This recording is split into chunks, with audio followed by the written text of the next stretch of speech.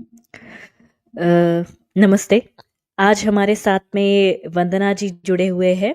ये जिनके साथ आज हमारी स्ट्रीम है और डीयू यूनिवर्सिटी के प्रोफ़ेसर मतलब अभी रीसेंट है।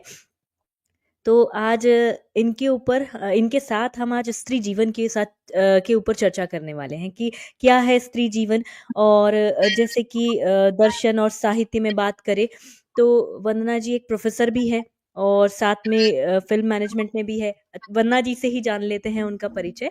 तो वंदना जी, मैं सबसे पहले आपसे आपका परिचय पूछना चाहूंगी। जी, अ, नमस्कार आप जी सभी को मेरा।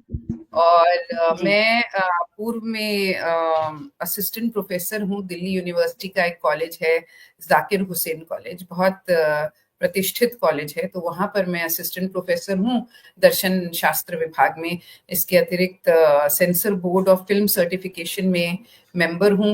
और साथ ही में हमारा जो Indian institute of advance studies है, जो हमारे प्रेसिडेंट के नीचे आता है, ऑनरेबल द्रौपदी मुर्मू जी के नीचे, वहां पर मैं अथर्ववेद की रिसर्चर हूँ और अखिल भारतीय ओह, दार्शनिक परिषद भी मेंबर हूँ। ये मेरा संक्षेप में जी परिचय है। और हाँ, मैं हाँ, एक पशु संक्षेप में। हाँ जी। मैं एक जी, बिल्कुल। पशु वो तो जी, जी, जी। वो तो आपकी प्रोफ़ाइल से भी दिखता है और आपके व्यक्तित्व से भी दिखता है कि मतलब वो चीज़ आपके व्यक्तित्व में है, जो एक जीवों के प्रति प्रेम वाली। तो जैसे आपने मुझे बताया कि आप डीयू से हैं, तो सबसे पहले मेरा ये प्रश्न है कि वहाँ का करिकुलम वग़ैरह कैसे होता है? मतलब सब्जेक्ट एंड सिलेबस जो आप पढ़ाते हैं, उसके बारे में मैं पूछना चाहूँगी।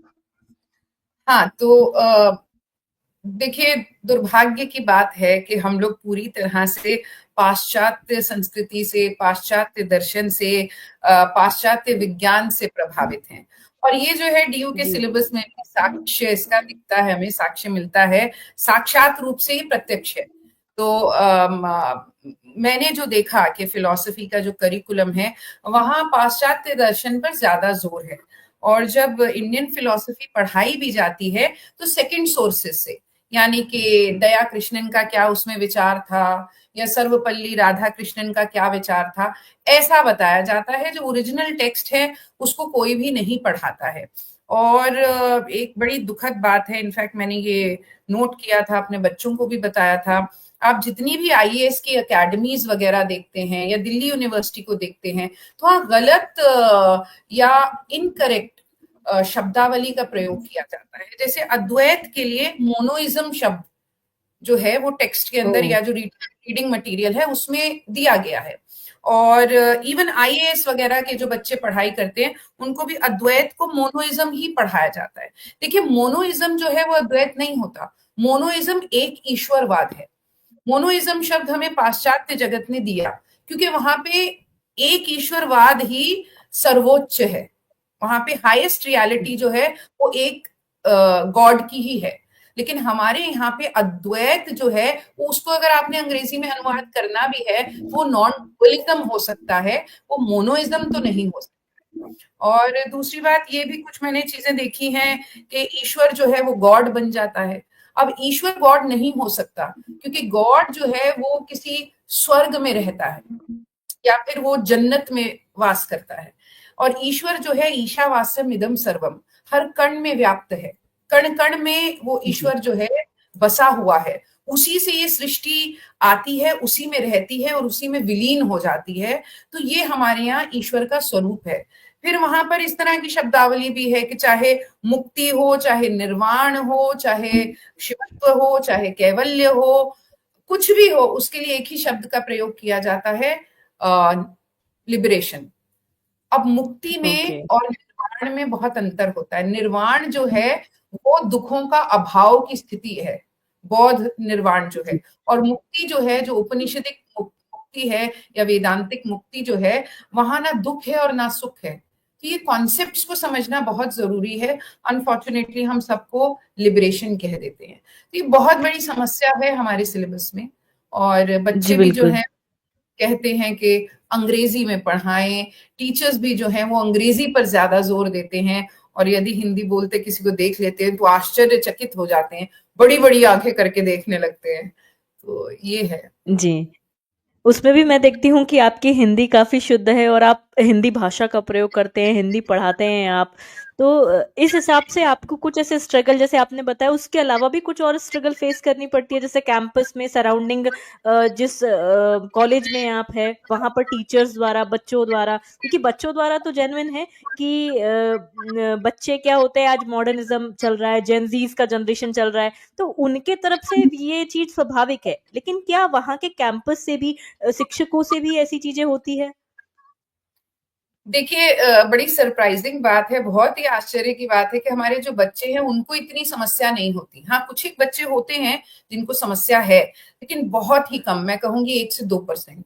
ज़्यादातर बच्चे जो हैं उनको हिंदी में कोई दिक्कत नहीं होती। इनफैक्ट उनकी मातृभाषा है, वो बचपन से ही इसको जानते हैं और पैदा होने से पहले माँ के गर्भ में भी अगर उन्होंने कुछ शब्द सुने होंगे, तो हिंदी के ही सुने होंगे। तो उनके लिए इतना कठिन नहीं है, लेकिन दुख की बात मुझे ये लगती है कि जो हमारे टीचर्स हैं वो इसका विरोध करते हैं। अभी एक ऐसी गोष्ठी में मैं गई थी जहां पर मैंने ये देखा कि अंग्रेजी को बहुत महत्व दिया जाता है और हिंदी भाषी अगर आप हैं तो आपको ऐसा फील कराया जाता है कि आप कट्टरवादी हैं और ऐसा होने लगता है कि फिर लोग आपसे बात करना कम कर देते हैं क्योंकि शायद जो है हिंदी को और हिंदुत्व को या हिंदू होने को या वेद को मानना या शास्त्रों को मानना, इन सबको कट्टरवाद से अब जोड़ना शुरू कर दिया है। ऐसी विचारधारा फैलाई जा रही है जबकि ये बिल्कुल असत्य है। वास्तविकता में ऐसा क्यों हम नहीं कह सकते कि जो लोग अंग्रेजी बोलते हैं, एक पाश्चात्य भाषा बोलते हैं, अपनी भाषा को नहीं बोल रहे, वो कट्टरवादी हैं, ऐसा हम क्यों नहीं कह सकते। परंतु क्योंकि हम अकेले पड़ जाते हैं, एक इकाई हूं मैं वहां पर केवल, तो इसलिए जो है मेरी बात को उतना सुना नहीं जाता और मुझे सब मिलकर कट्टरवाद की श्रेणी में डाल देते हैं। लेकिन वास्तविकता में अगर देखें तो ये तो ऑपोजिट ही है मेरे हिसाब से। और मैं बिल्कुल जी। भी आई डोंट फील प्राउड कि भाई आप मैं अंग्रेजी में बात करूं, मुझे इसमें कोई प्राइड फील नहीं होती, इसमें कोई मुझे मैं गौरवान्वित नहीं होती हूँ ऐसा करके बिल्कुल भी, क्योंकि जो मेरी भाषा है, जो मेरी माँ है, मैं उसे पहले सम्मान देना चाहूंगी इससे पहले कि मैं किसी और भाषा को सम्मान दूं। जी, बिल्कुल। मतलब मुझे ये बहुत अच्छा लगा जान के मेरी पर्सनली इस पे रुचि थी क्योंकि उस जैसे जगह में रहकर यदि आप हिंदी भाषा इतने अच्छे से बोल रहे हैं, तो इसीलिए मैंने ये प्रश्न पूछा। अच्छा आपने दूसरा ये बोला कि आप मिनिस्ट्री ऑफ जो फ़िल्म ब्रॉडकास्टिंग है हाँ, ये मेरा आपको मैं बता नहीं सकती, ये बहुत बड़ी एक लड़ाई है मेरी। जो मेरे इर्द-गिर्द जी, लोग हैं उनसे बहुत बड़ी लड़ाई है क्योंकि वो लोग कंटिन्यूअसली अंग्रेजी को ही जो है विकसित कर रहे हैं, बढ़ावा दे रहे हैं और उनको ऐसा लगता है कि अंग्रेजी बोलने वाला बहुत इंटेलिजेंट होता है। और अब आप आम समाज में भी जाइए, किसी ने पीएचडी, पोस्ट डॉक्टरेट भी किया हो, आप उसे अगर वो हिंदी में बोलता है, आप उसे एजुकेटेड नहीं मानेंगे। लेकिन चौथी क्लास फेल करीना कपूर को आप एजुकेटेड की संख्या में गिनते हैं। तो ये कहीं ना कहीं हमारे दिमाग को इस तरह से जो है फाइन ट्यूनिंग कर दी गई है कि हम लोग ऐसा सोचते हैं अंग्रेजी बोलने वाला ही शिक्षित है। जी। हाँ, वो एक फाइन ट्यूनिंग भी है और कहीं न कहीं मैं ये मानती हूँ कि अपनी चीज़ों से नफ़रत और दूसरों की चीज़ों के प्रति आकर्षण, वो आज के हमारे समाज में ही घुल गया है। मतलब आपके पास कितना ही अच्छा हो, यदि वो स्वदेशी है तो वो एक्सेप्टेड नहीं है। पर लेकिन कुछ विदेशी है, कुछ ऐसा है, चाहे वो सस्ती से सस्ती क्रीम हो, चाहे सस्ते से सस्ता फटा हुआ कपड़ा ही क्यों ना हो, लोगों के मस्तिष्क चाहे में आज वो घुस चुका है। सेक्युलरिज्म ही क्यों ना हो, सेक्युलरिज्म का अर्थ आजकल भारत में क्या है? सेक्युलरिज्म ही क्यों ना हो, हमने उसको क्या बना दिया है कि अपना जो आपका फेथ सिस्टम है उसको दुत्कारना, उसको पांव तले रौंदना और दूसरे के फेथ सिस्टम को अपनाना, यही सेक्युलरिज्म की परिभाषा है आजकल।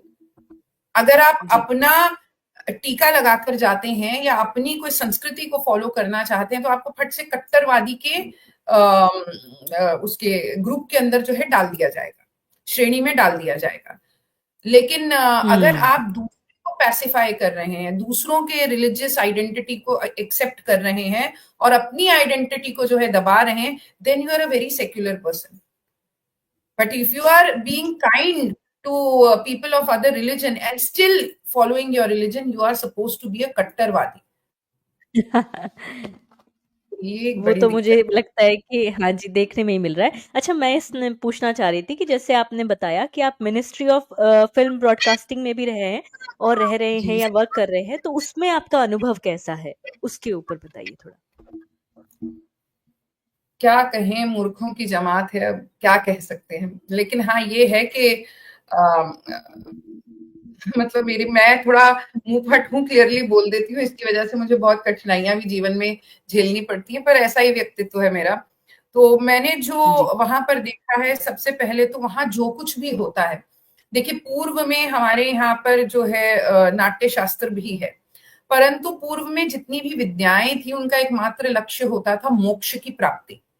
चाहे वो व्याकरण हो, चाहे वो ज्योतिष हो, चाहे वो दर्शन शास्त्र हो, या फिर वो आपका जो है नाट्य शास्त्र हो। कुछ भी होता था, जी, उसका अंतिम लक्ष्य जो था, वो मोक्ष होता था। आजकल भोग है। हम भोगीवादी हो चुके हैं, हमारा समाज। और ये चीज़ जो है हमारी फ़िल्मों में क्लियरली दिखाई दे रही है। आप जब फ़िल्म इंडस्ट्री इंडस्ट्री की तरफ रुख करते हैं, तो आप देखेंगे बहुत ही कम लोग आपको मिलेंगे जो आशुतोष राणा की तरह जो पढ़े-लिखे हैं, या फिर जो अमिताभ बच्चन जी की तरह पढ़े-लिखे हैं, या जिनकी एक अपनी थॉट आइडेंटिटी है। अदरवाइज़ वहाँ पर लोग एक भेड़-चाल को फ़ॉलो कर रहे हैं। एम सिर्फ़ इतना जी, है कि कौन-सी कितना पैसा दे सकती है, चाहे हमें एनिमल जैसी फ़िल्म ही क्यों ना बनानी पड़े। समाज को क्या होता है, आने वाली पीढ़ी को क्या होता है, उससे हमें कोई मतलब नहीं है। क्योंकि हम कंप्लीटली कमर्शियलाइज्ड बिजनेस को जी रहे हैं, कमर्शियलाइज्ड बिजनेस को कर रहे हैं, और इसलिए हमारे को केवल जीवन को प्रॉफिट और लॉस में देखना है। तो ये हमको वहां पे क्लियरली दिखाई देता है। और साथ ही में मैं यहाँ पर एक विशेष बात कहना चाहूंगी, जो शायद अभी आपने मुझसे पूछी नहीं, पर मैं बताना चाहती हूँ कि मीडिया में महिलाओं को रूढ़िवादी और सीमित भूमिकाओं में दिखाया जाता है। जो वास्तविक जी, जीवन है का, उसमें महिलाओं की जो क्षमताएं हैं, ये उसके बिल्कुल विरुद्ध कार्य है। सबसे पहले एक बड़ी बात है कि मीडिया किसी भी स्त्री को एक सेक्स ऑब्जेक्ट के रूप में जो है प्रस्तुत करती है। एक सिएट टायर का एडवर्टाइजमेंट होगा, एक जिलेट ब्लेड का एडवर्टाइजमेंट होगा, उसमें एक खूबसूरत सी महिला जिसके अंग पूरी तरह से दिख रहे हैं, कपड़ा नाम मात्र है, वो दिखा दिया जाएगा। जैसे जैसे टायर घूमेगा, वैसे वैसे स्त्री के जो है अंगों के ऊपर जो है कैमरा फोकस किया जाएगा। अब ये क्या है? ये ऑब्जेक्टिफिकेशन है ऑफ अ लेडी। एक स्त्री का ऑब्जेक्टिफिकेशन है, और ये बहुत ही तुच्छ कार्य है। आपने महिला को एक भोग की वस्तु बना दिया है। लेकिन मुझे उससे दुख नहीं है कि ये तो मूर्ख लोग कर रहे हैं, चलो कर रहे हैं।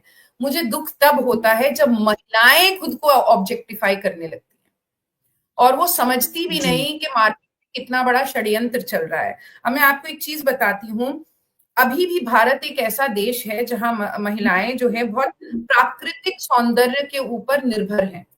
और आप विलेज वगैरह में जाएंगे, गांव में जाएंगे, तो लोग कोई बहुत पार्लर वगैरह नहीं जाते, या बहुत कॉस्मेटिक चीजें नहीं करते। वो लोग नेचुरल ब्यूटी को ही फॉलो करते हैं।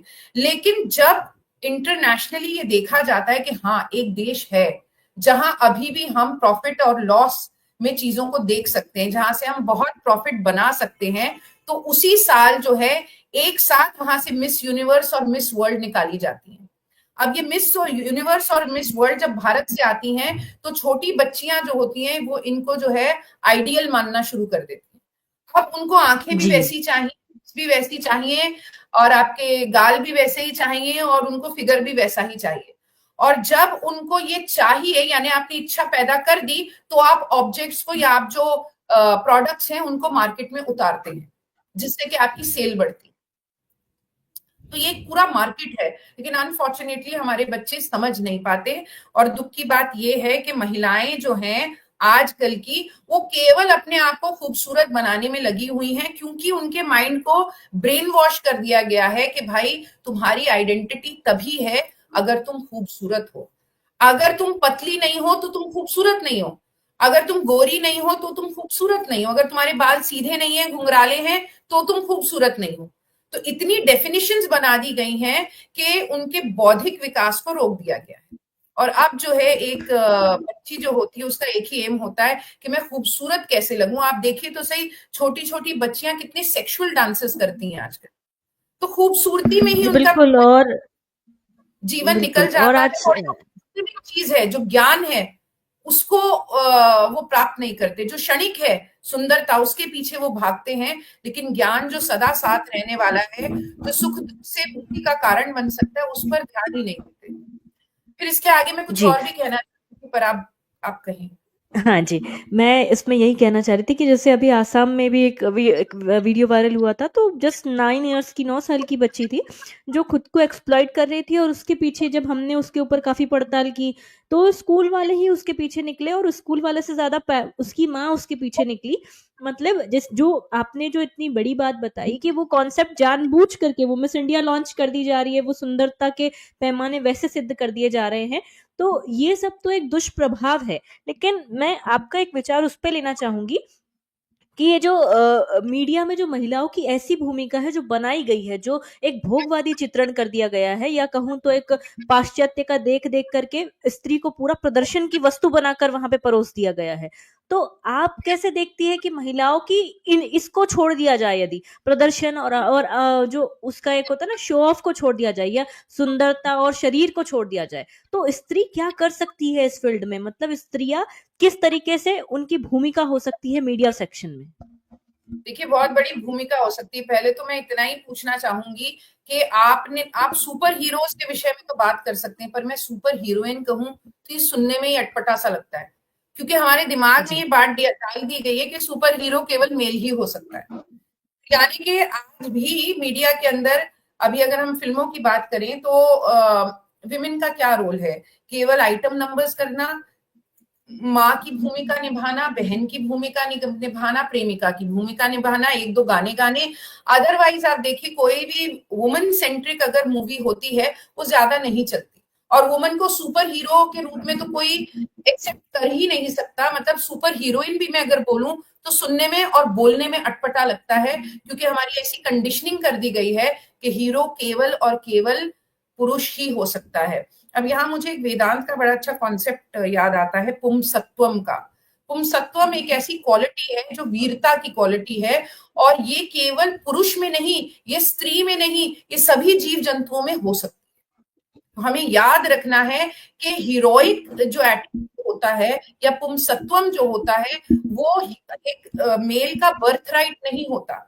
एक मेल भी जो है वो दबा हुआ हो सकता है, डरा हुआ हो सकता है, और वीर्य जो होता है, वीरता जो होती है, वो महिला का भी गुण हो सकती है और होती भी है, परंतु हम उसे रिकग्नाइज नहीं करते। छुटपन से ही हम उस जो उसका तत्व होता है उसे दबा के रखना चाहते हैं, ताकि कहीं वो ज्यादा आगे ना निकल जाए। छुटपन से ही माँ कहती है, अरे भाई इतनी बड़बोली है, तुम थोड़ा चुप रहो, अपने भावों को व्यक्त मत करो। अगर लड़की भावों को व्यक्त करती है तो कहते हैं कितनी तेज है, अगर लड़की हंस के बात करती है तो कहती है ये तो लड़के पटाने में तेज है, अगर लड़की वेस्टर्न कपड़े पहन ले तो भी वो तेज है, अगर लड़की देसी बन के रहे तो वो फॉरवर्ड नहीं है। तो फिर मतलब हर तरफ से तो आपने उनको दबा दिया। जी। तो ये एक चीज है। और मीडिया के अंदर, वास्तविकता में मीडिया में जो एक जो छवि फैली है, या मीडिया जो छवि आने वाली जनरेशन में फैला रही है कि मॉडर्निज्म होता है छोटे कपड़े पहनना, लेकिन वास्तविकता में छोटे कपड़े पहनने से मॉडर्निज्म नहीं आता। मैं तो कभी नहीं चाहूंगी कि कोई मुझे इस प्रकार से देखे कि मैं कितनी खूबसूरत हूं, मैं कितने मॉडर्न कपड़े पहनती हूँ, जीन्स पहनती हूँ कि नहीं, मिनी स्कर्ट पहनती हूँ कि नहीं, और कि ये मेरा जो है मेरे व्यक्तित्व का परिचय हो।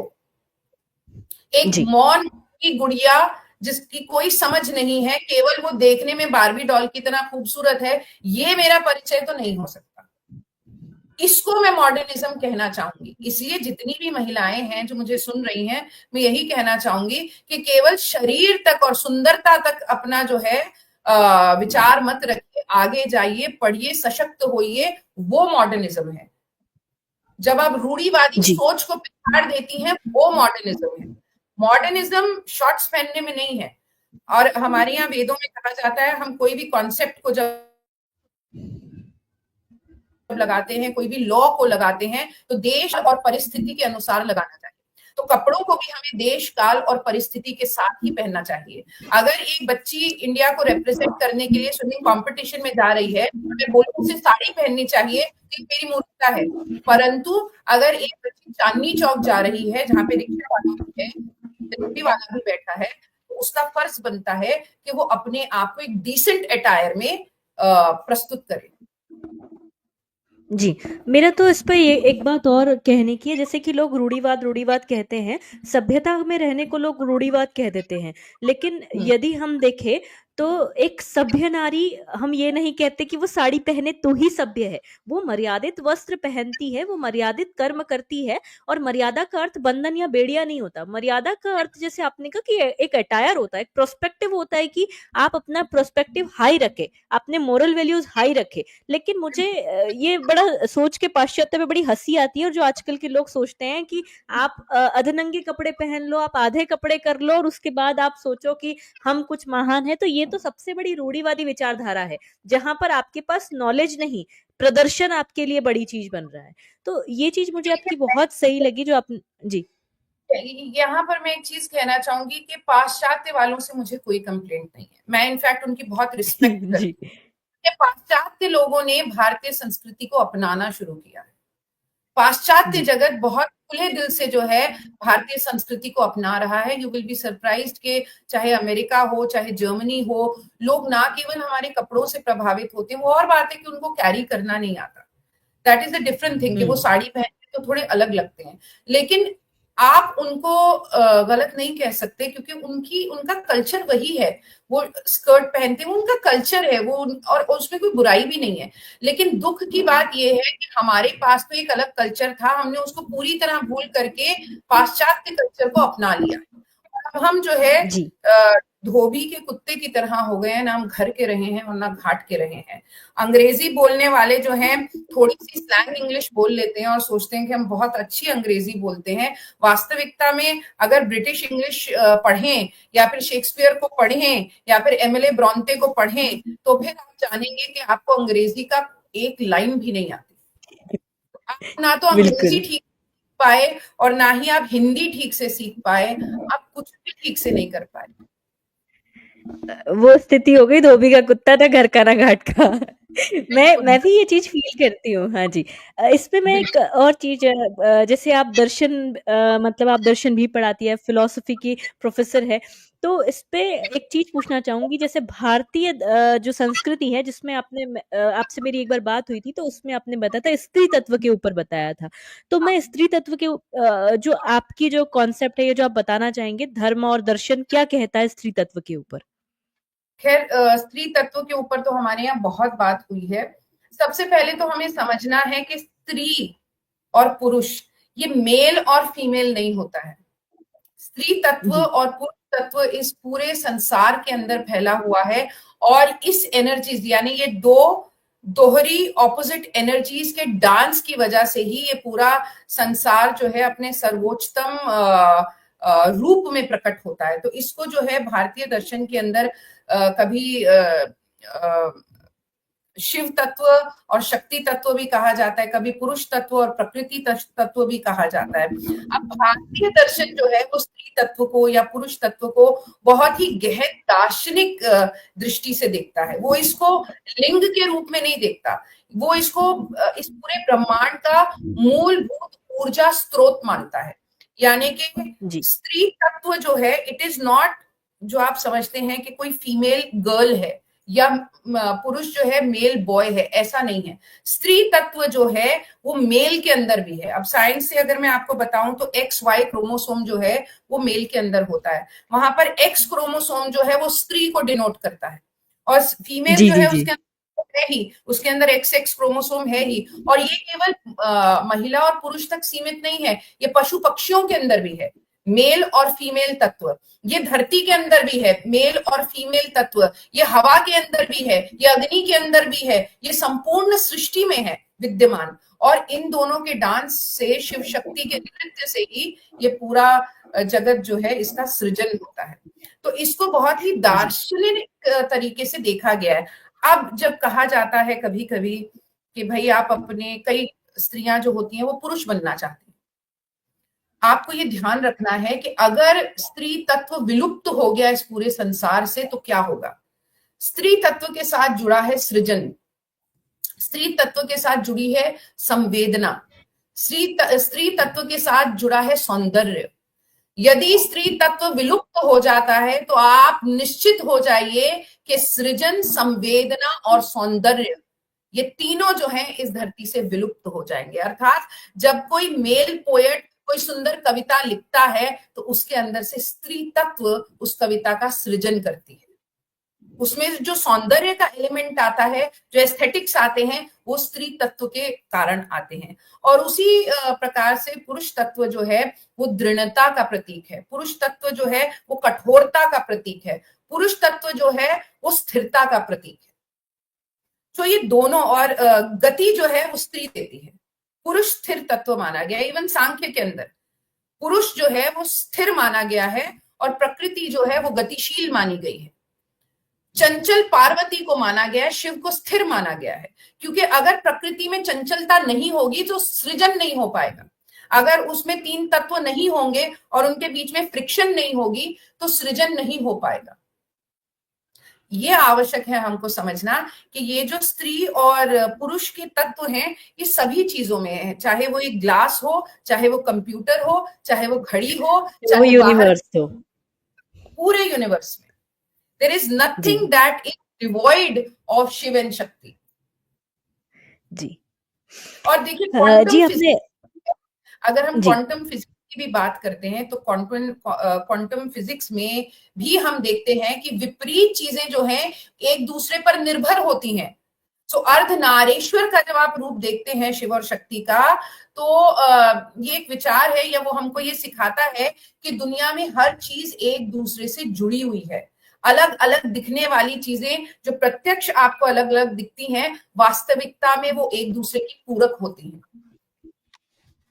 जी। ये जी हाँ, यदि मैं कहूँ तो आज का जो युवा है या यूथ है, वो स्त्री और पुरुष के धर्म को ही, जैसे आपने तत्व कहा कि पूरे ब्रह्मांड में कहीं न कहीं इलेक्ट्रॉन हो गया है, तो उसका अपना एक धर्म चल रहा है, प्रोटॉन का अपना एक धर्म चल रहा है, वैसे ही स्त्री का एक धर्म चल रहा है, पुरुष का एक धर्म चल रहा है। यदि वो अपना-अपना धर्म, अपने कर्तव्य और अपनी स्थिति को भाँप ले, तो मुझे लगता है कि कोई ज़रूरत ही नहीं पड़ेगी युद्ध करने की या इक्वालिटी माँगने की।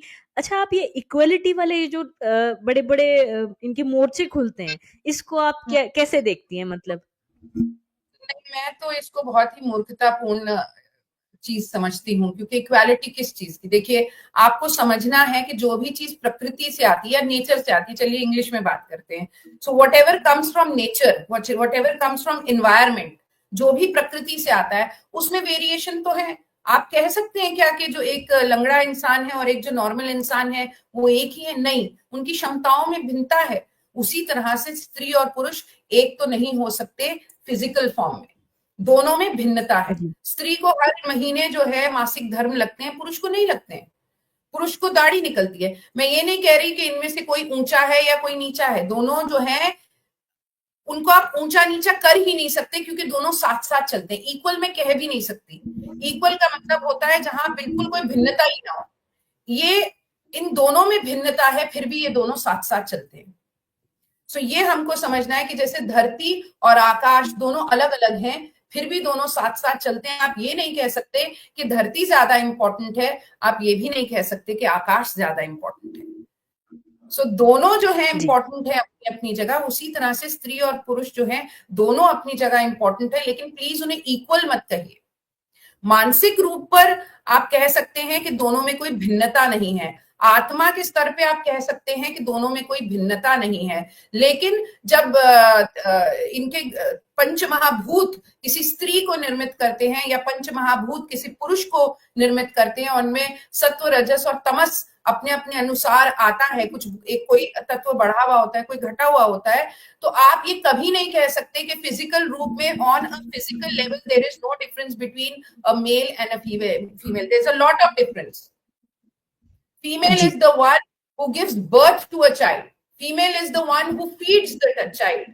And man is the one who impregnates the woman. So there is a lot of difference in both of them. And ये केवल मनुष्य के स्तर पर ही नहीं मैं कह रही, हर जीव जंतु के स्तर पे कह रही। आप अगर शेर में जाते हैं, शेर को देखिए, तो जो शेरनी होती है, हम चीजों को समझते नहीं, यदि समझें तो जानेंगे कि प्रकृति जो है कैसे जुड़ी हुई है। शेरनी जो है वो ना केवल बच्चों को जन्म देती है, बल्कि शिकार करके भी उनकी लाती है। पहले बच्चों को खिलाती है, फिर शेर खाता है, अंत में शेरनी खाती है। ये मैं कोई कहानी जी। नहीं सुना रही हूँ। वास्तविकता में कोई ज़ूलॉजी अगर पढ़े हुए है, तो ये बात जानेगा कि ये बात बिल्कुल सत्य है।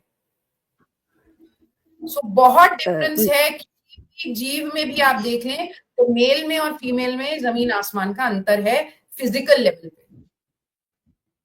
जी, मैं एक चीज़ जो देखती हूँ हमेशा से, ये जो इक्वालिटी की माँग है, मेरा सबसे पहला प्रश्न तो ये होता है, इक्वालिटी आप माँग किससे रहे हो? कौन है जो आपको एक प्रसाद बना करके इक्वालिटी बाँटने के लिए बैठा हुआ है?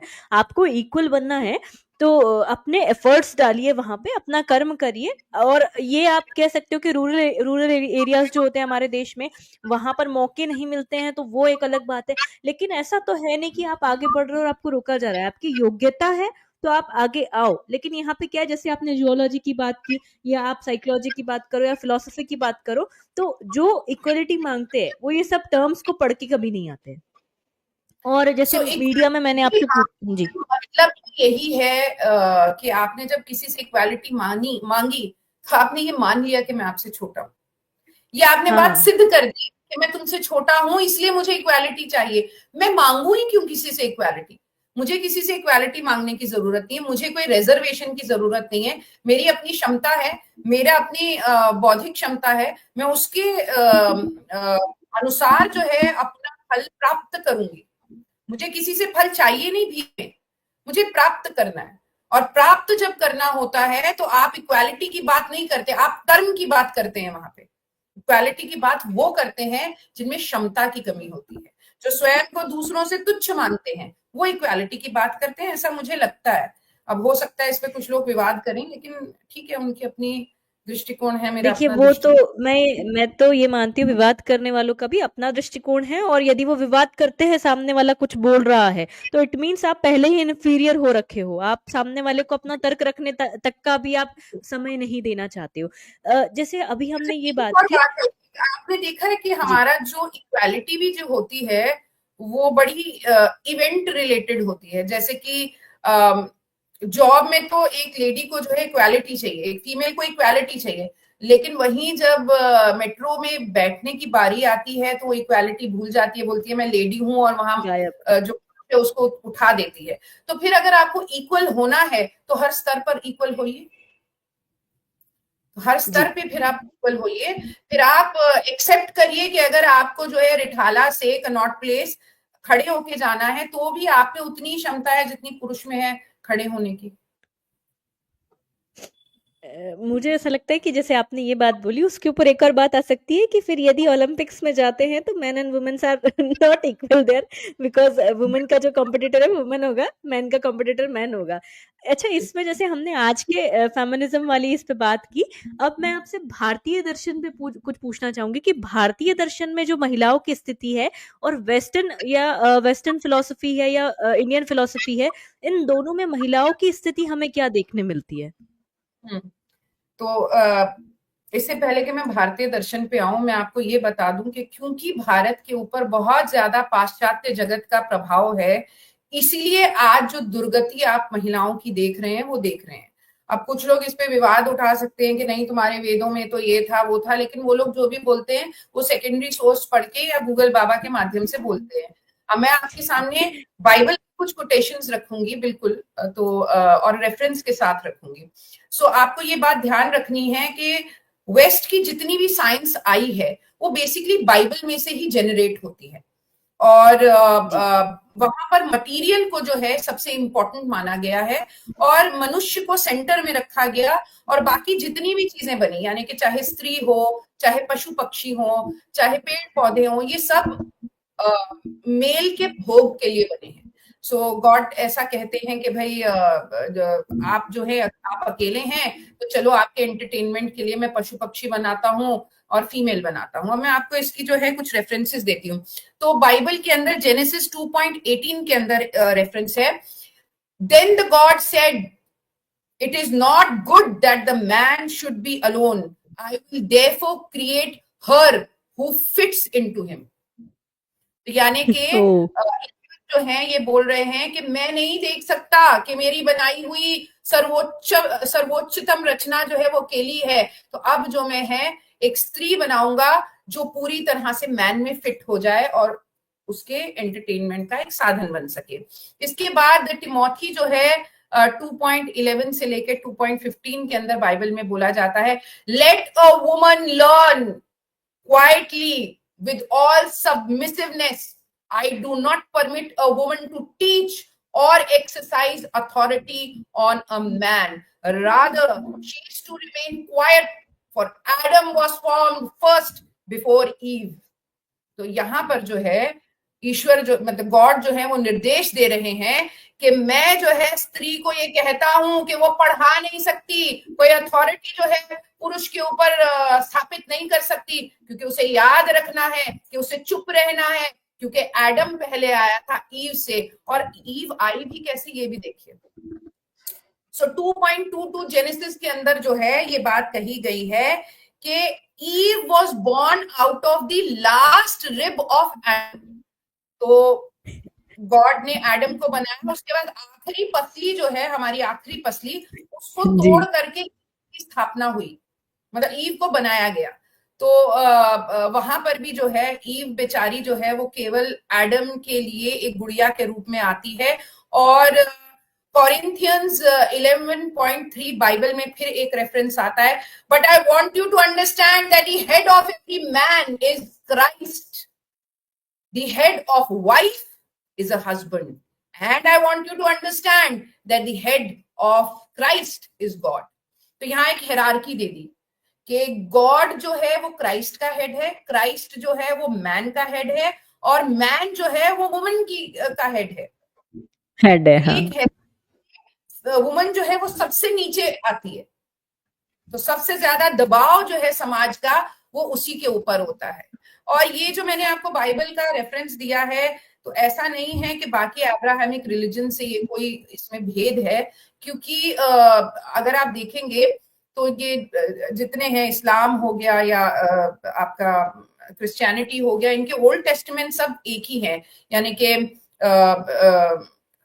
देखिए मैं भूल रही हूँ 4 इनके जो टेक्स्ट हैं इस समय मुझे याद नहीं आ रहे, लेकिन इनके ओल्ड टेस्टामेंट्स जो हैं वो एक हैं। केवल इन दोनों में इतना ही अंतर है कि इस्लाम जो है वो कहता है कि खुदा का कोई बेटा आदि नहीं हो सकता, और ये जो है ये कहते हैं कि नहीं, क्राइस्ट जो है वो उस परम खुदा मतलब परम गॉड का जो बेटा है। जी हाँ, तो जबूर, इंजिल, तोरा और बाइबल, तो ये इनके जो हैं, सॉरी, जबूर, इंजिल, तोरा और कुरान, तो ये इनके 4 टेक्स्ट हैं। और इनके सिमिलर, इनका पास्ट सिमिलर है, तो इनकी उत्पत्ति जो है वो आदम और महुआ या एडम एंड ईव से ही होती है। जी तो जी जी, तो हाँ ये मैंने पढ़ा हुआ है थोड़ा। जी। हाँ, यहाँ हमें ये देखने को मिलता है। लेकिन आप जब वेदों में जाती हैं तो सर्वप्रथम तो आपको जो है यही पहली बात पता चलती है कि वो जो परम तत्व, परम ईश्वर है, ना तो वो पुरुष है, ना वो स्त्री है, ना वो पशु है, ना वो पक्षी है, ना उसका कोई रूप है, ना उसका कोई आकार है। ते प्रतिमा नास्ति, उसकी कोई प्रतिमा नहीं है। लेकिन ऐसा नहीं है कि वो प्रतिमाओं में नहीं है, वो तो इस जल की तरह है कि जिस भी घट में जाता है उसी का रूप ले लेता है। तो यानी कि स्त्री में भी वही है, पुरुष में भी वही है, जीव जंतुओं में भी वही है। कोई ऐसा कण नहीं है संसार में जहां वो नहीं है। और यही बात ऋग्वेद से भी आती है, एको अहम बहुश्याम, मैं ही एक हूं जो अनंत कोटि ब्रह्मांड बन जाऊंगा। फिर अगर हम वेदों में देखते हैं तो ऋग्वेद, यजुर्वेद, सामवेद, अथर्ववेद में हमको 27 ऋषिकाएं मिलती हैं जो मंत्र दृष्टा हैं। सर्वप्रथम ये भी जानना जरूरी है कि पुरुष भी मंत्र दृष्टा हैं, स्त्रियां भी मंत्र दृष्टा हैं, और पशु पक्षी भी मंत्र दृष्टा हैं। तो हम जब स्त्रियों की बात करते हैं तो हमें घोषा, गोधा, फिर आपका ये लोपमुद्रा, गायत्री, मैत्री, यामी, लक्षा, श्रद्धा, मेधा, दक्षिणा, रात्रि, ये सब हमारे को जो है ऋषिकाएं मिलती हैं जो मंत्र दृष्टा रही हैं। तो आप समझ सकती हैं कि वहां पर मंत्र दृष्टा रही हैं, यानी कि ऐसा कोई भेद भी नहीं किया गया। लेकिन अन्य जो थॉट प्रोसेसेस हैं वहां पे ऋषिकाएं नहीं हो सकती। संभव ही नहीं है कि बाइबल को या कुरान को कोई वुमन जो है मतलब कुरान जो है वो कभी किसी वुमन पे नाजुल हो, ऐसा नहीं हो सकता। वो केवल मोहम्मद साहब पर ही हो सकती है जो एक पुरुष थे। फिर आप ये भी देखेंगे कि जगह जगह, चाहे वो भागवत पुराण हो, चाहे देवी भागवत हो, या वेदों में हो, पर ब्रह्म स्वरूपिणी जो है वो आदि पराशक्ति को बताया गया है। सो यानी कि जी। उसमें और शिव में, या उसमें और विष्णु में, या उसमें ब्रह्मा और सरस्वती में कोई अंतर नहीं है। ये एक ही सत्य है जो दो तरफ से आप देख रहे हैं। जैसे कि ताजमहल को आप अगर लेफ्ट से देखें या राइट से देखें तो ये दो अलग पर्सपेक्टिव हो सकते हैं, पर ताजमहल जो रियलिटी है वो एक ही है। उसी तरह से आप पुरुष तत्व से देख रहे हैं या स्त्री तत्व से देखते हैं तो आपके पॉइंट ऑफ व्यूज को दर्शाता है, परंतु रियलिटी एक ही है। फिर आप जब यजुर्वेद के अंदर जाते हैं, अध्याय 13 ऋचा 26, तो स्त्री को क्या कहा गया है वहां पर? उसे बोला गया है सहस्त्र वर्यासी, यानी कि वो सहस्त्र पुरुषों का बल रखने वाली स्त्री है, जिसमें सहस्त्र पुरुषों का बल होता है, जो ना केवल एक संतान को जन्म दे सकती है सहस्त्र पीढ़ा से, अपितु सहस्त्र प्रयोग, सहस्त्र बल से उसका पालन पोषण भी कर सकती है। उसको अषाढ़ा भी कहा गया है, यानी कि सभी शत्रुओं का नाश करने वाली। तो आप ये देखिए कि किस लेवल पे जो है यहाँ बात की गई है।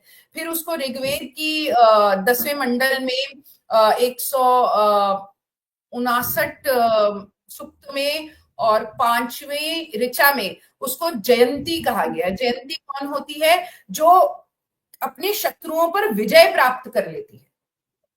सो ये जी। उसको वहां बताया गया है। तो और हमारे तो जो चाणक्य हैं वो भी कहते हैं चाणक्य नीति के अंदर कि महिला कौन है? जो पुरुष से 4 गुना ज्यादा बुद्धि रखती है। जी।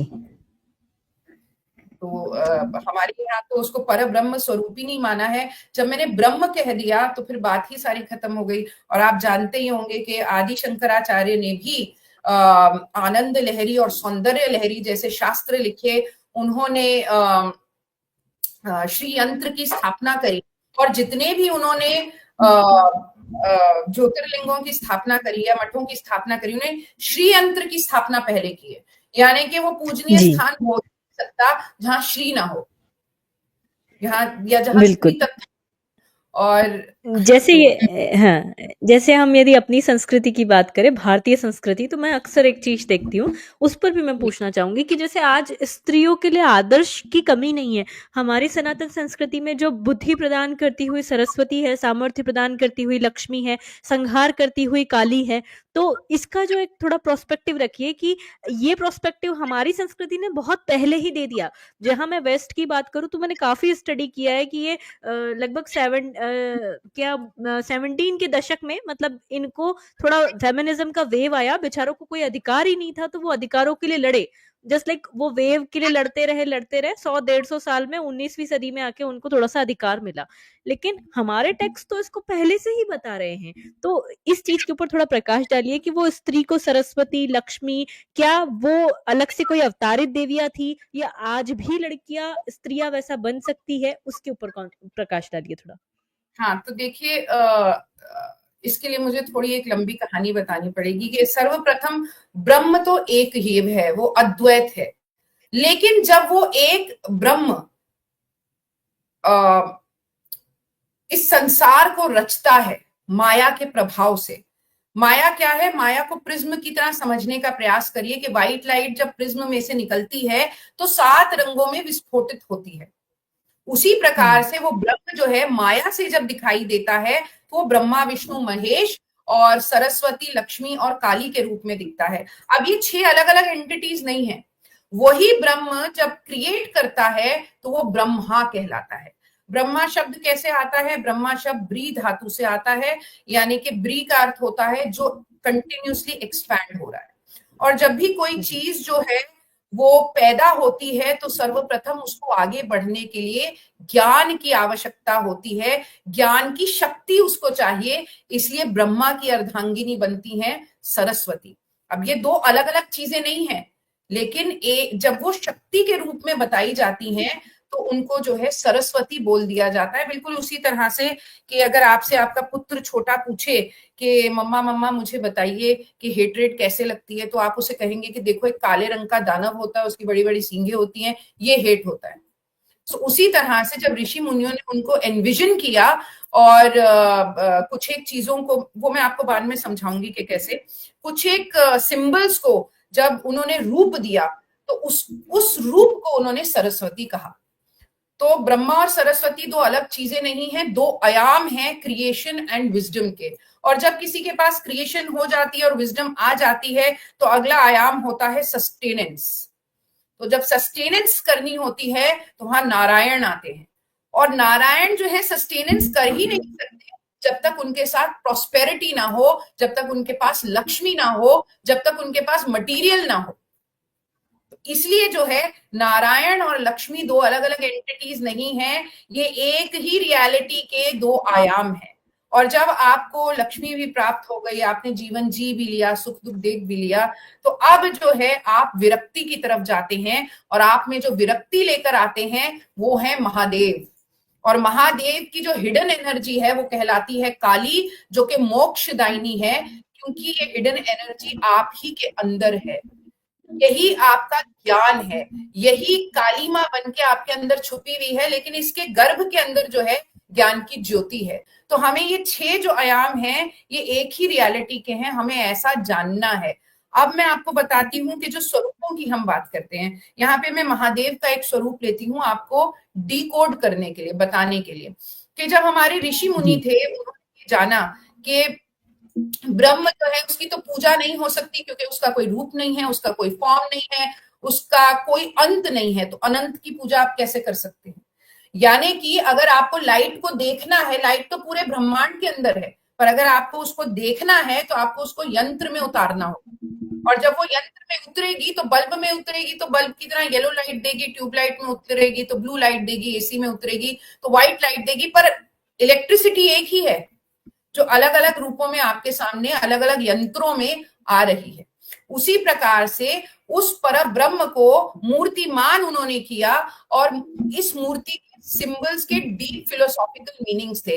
अनफॉर्चुनेटली हम मूर्ति में अटक कर रह गए, हम सिंबल्स को डिकोड नहीं कर पाए। जैसे कि जी। महादेव है, तो महादेव का तीसरा नेत्र जो है वो ज्ञान का प्रतीक है, कि जब व्यावहारिक चक्षुओं से तुम दुनिया ना समझ पाओ तो ज्ञान के चक्षु से देखो।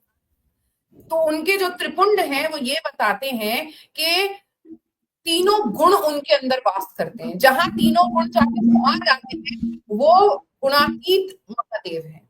उनकी जटाओं से गंगा बहती हुई ये बताती है कि ज्ञान की गंगा जो है वो जहां जहां बहती है हर जीव जंतु का भला करती है, जहां जहां जाती है, जिस भी जगह पहुंचती है प्रफुल्लित हो जाती है। उनके हाथ में जो त्रिशूल है, ये अर्थ नहीं है कि वो किसी को मारते हैं, वो त्रिशूल का अर्थ ये है कि तीन काल के दाता वो हैं, तीनों कालों को समाप्त करने की शक्ति अगर किसी में है तो वो महाकाल में है। तो इसी तरह से ये सिंबलिज्म्स जो थे, इसको एक साथ ला करके उनका नीला रंग ये बताता है कि ये आंखें जो अंतिम रंग देख सकती हैं, साइंस के अनुसार वो नीला रंग है। यही कारण है कि हमें आकाश जो है या स्काई जो है, आकाश नहीं बोल सकते क्योंकि आकाश तो वो है जिसने सभी तत्वों को अपने अंदर लिया हुआ है, लेकिन जो स्काई जो है हमको नीला इसलिए दिखता है क्योंकि हमारी आंखें आखिरी रंग जो देख सकती हैं वो नीला है। और इसीलिए आप चाहे कृष्ण को देखें या राम को देखें या शिव को देखें तो वो नीले आपको दिखाए गए। तो उसका डीप फिलोसॉफिकल मीनिंग है, वो ऐसे ही नहीं बना दिया गया था। हमारे ऋषि मुनि बहुत ज्ञानी थे, बहुत विज्ञानी थे। जी। यदि मैं देखूँ तो सनातन संस्कृति मतलब बहुत ब्रॉड है, बहुत ज़्यादा ब्रॉड है। उसको समझने के लिए कुछ लोग संस्कृति के नाम पर मैं उस चीज़ के ऊपर आना चाहूँगी कि आक्षेप-प्रत्याक्षेप करते हैं कि हमारी फ़िलॉसफ़ी बड़ी, तुम्हारी फ़िलॉसफ़ी छोटी। तो इन लोगों के लिए आपका क्या संदेश होगा कि धर्म को किस रूप में देखना चाहिए हमें? क्या हमें अपनी-अपनी फ़िलॉसफ़ीज़ को आगे रख कर बस अपना ही विचार प्रतिपादित होता रहे, ऐसा करना चाहिए?